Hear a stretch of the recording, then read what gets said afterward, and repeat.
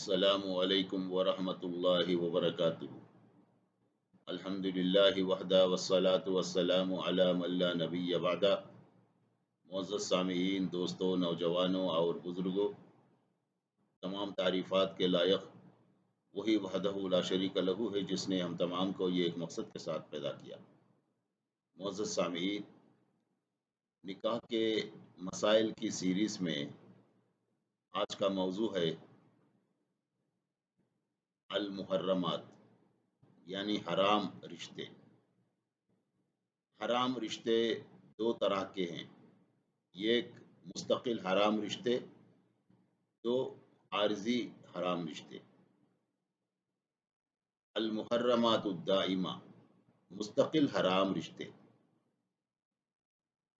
مستقل حرام رشتوں کے اسباب تین ہیں: نسب، خونی تعلق، مصاہرت یعنی سسرالی تعلق۔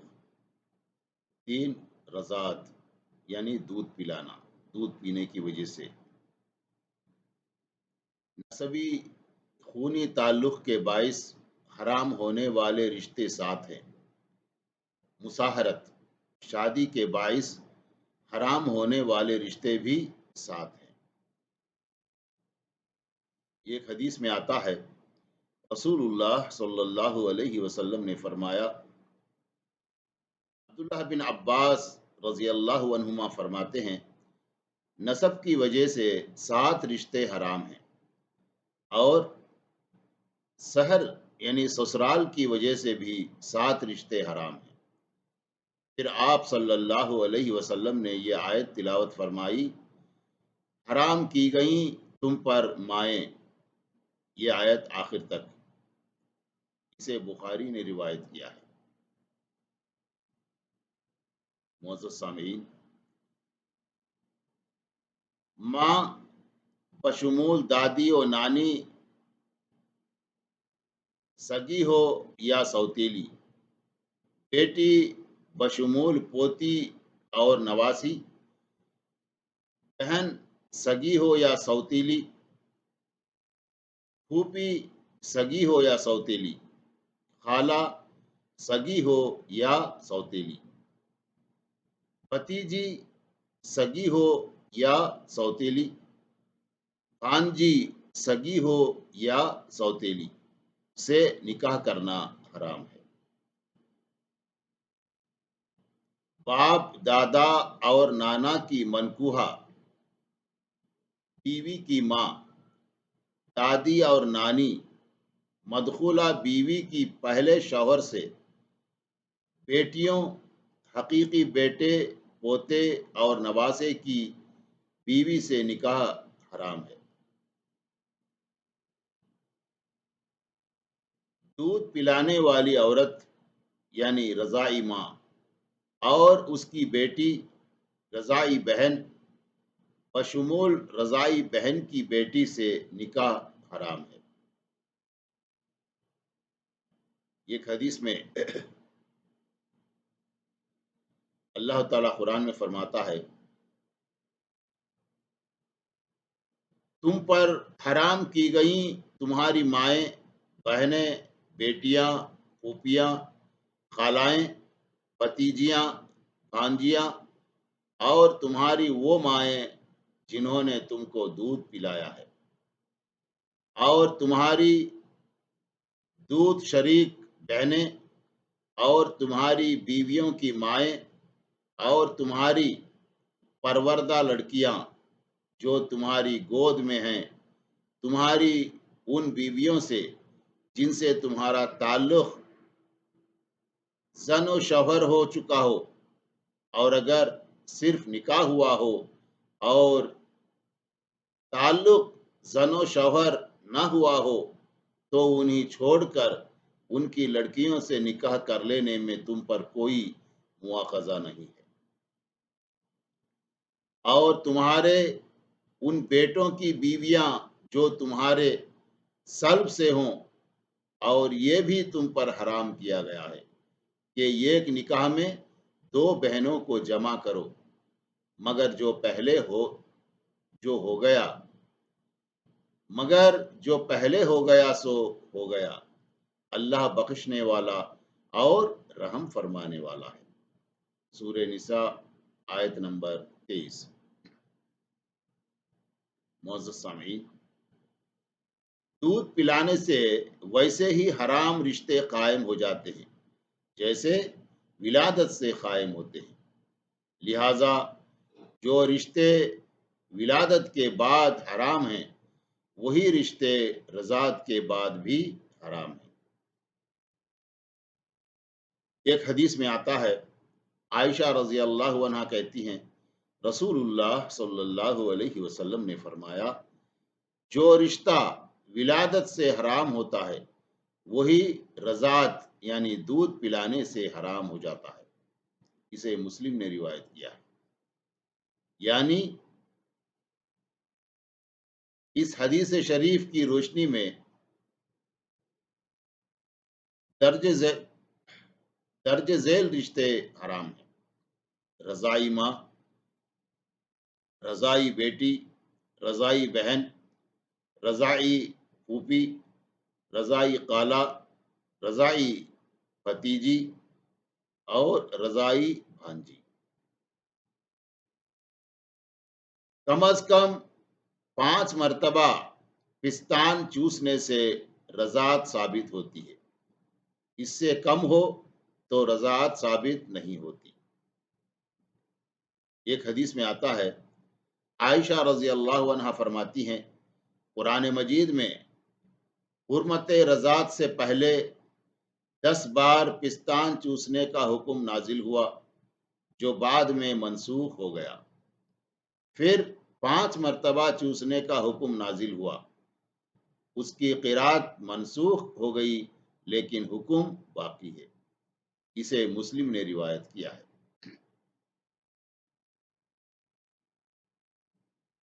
اور ایک حدیث میں آتا ہے، عائشہ رضی اللہ عنہ سے روایت ہے کہ نبی کریم صلی اللہ علیہ وسلم نے فرمایا، 1 یا 2 بار دودھ چوسنے سے حرمت ثابت نہیں ہوتی۔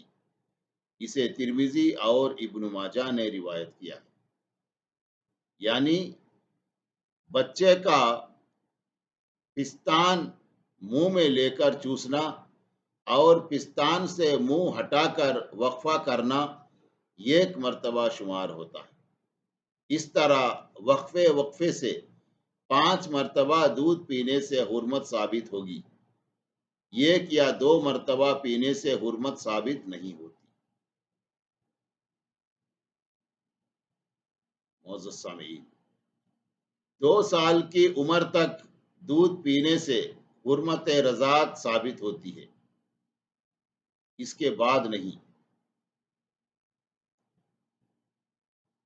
ایک حدیث میں آتا ہے، ام سلمہ رضی اللہ عنہ کہتی ہیں، رسول اللہ صلی اللہ علیہ وسلم نے فرمایا، جب تک بچہ اتنا دودھ نہ پیے جو آنتوں کو بھر دے رضاعت ثابت نہیں ہوتی۔ اسی طرح جب تک بچہ دودھ چھڑانے سے پہلے دودھ نہ پیے رضاعت ثابت نہیں ہوتی۔ اسے ترمذی اور ابن ماجہ نے روایت کیا ہے۔ یعنی رضاعت سے صرف دودھ پینے والے آدمی پر نکاح حرام ہوتا ہے۔ دودھ پینے والے کا بھائی دودھ پلانے والی یا اس کی ماں یا اس کی بیٹی سے نکاح کر سکتا ہے۔ اسی طرح دودھ پینے والے کی بہن دودھ پلانے والی عورت کے خاوند یا اس کے باپ یا اس کے بیٹے سے نکاح کر سکتی ہے۔ معزز سامعین، اس کے بعد چلیے المحرمات المؤقتہ یعنی عارضی حرام رشتے۔ بیوی کی حقیقی یا سوتیلی بہن کو 1 نکاح میں جمع کرنا منع ہے، یعنی دونوں بہنوں کو ایک ساتھ اپنے نکاح میں رکھنا۔ ایک حدیث میں آتا ہے، ضحاک بن فیروز دیلمی رحمہ اللہ اپنے باپ سے بیان کرتے ہیں کہ ان کا باپ نبی کریم صلی اللہ علیہ وسلم کی خدمت میں حاضر ہوا اور عرض کیا، یا رسول اللہ صلی اللہ علیہ وسلم، میں اسلام لایا ہوں اور میرے نکاح میں 2 بہنیں ہیں۔ آپ صلی اللہ علیہ وسلم نے ارشاد فرمایا، دونوں میں سے ایک جو چاہتے ہو پسند کر لو اور دوسری کو طلاق دے دو۔ اسے ابو داود اور ابن ماجہ نے روایت کیا ہے۔ بہن کی وفات یا طلاق کے بعد دوسری بہن سے نکاح کرنا جائز ہے۔ بیوی اور اس کی پھوپھی یا خالہ کو ایک نکاح میں جمع کرنا حرام ہے۔ ایک حدیث میں آتا ہے، جابر رضی اللہ عنہ روایت کرتے ہیں کہ رسول اللہ صلی اللہ علیہ وسلم نے عورت اور اس کی پھوپھی اور خالہ کو ایک نکاح میں جمع کرنے سے منع فرمایا۔ اسے بخاری نے روایت کیا۔ یعنی بھتیجی یا بھانجی کی وفات یا طلاق کے بعد اس کی پھوپھی یا خالہ سے نکاح کرنا جائز ہے۔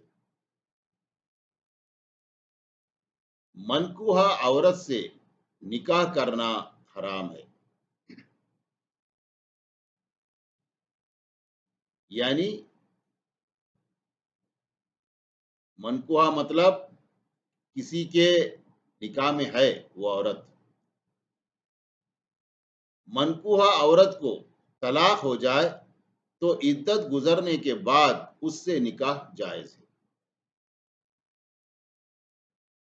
عدت کے دوران مطلقہ یا بیوہ سے نکاح کرنا حرام ہے۔ یعنی عدت گزر جانے کے بعد مطلقہ یا بیوہ سے نکاح کرنا جائز ہے۔ 3 طلاقیں جدا جدا مجلسوں میں دینے کے بعد اپنی مطلقہ بیوی سے رجوع اور دوبارہ نکاح کرنا حرام ہے۔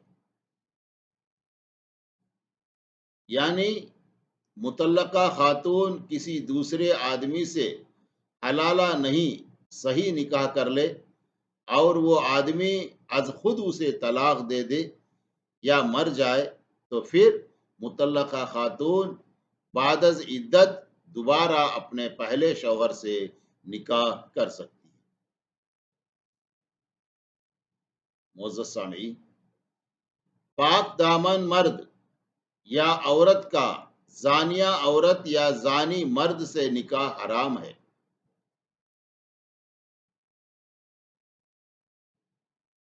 زانیہ عورت یا زانی مرد تائب ہو جائے تو اس سے پاک دامن مرد یا پاک دامن عورت کا نکاح جائز ہوگا۔ زانیہ عورت کو تائب ہونے کے بعد عدت گزرنے کا انتظار کرنا ضروری ہے۔ مومن مرد یا عورت کا مشرک عورت یا مرد سے نکاح کرنا حرام ہے۔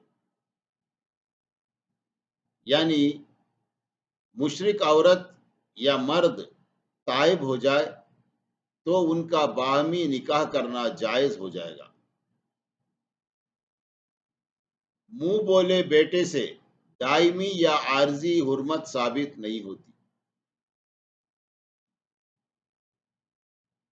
معزز سامعین، یہ تھے حرام رشتے یعنی ممنوع رشتے جو ہے یہ مستقل حرام رشتے اور جو ہے اس کے بعد جو ہے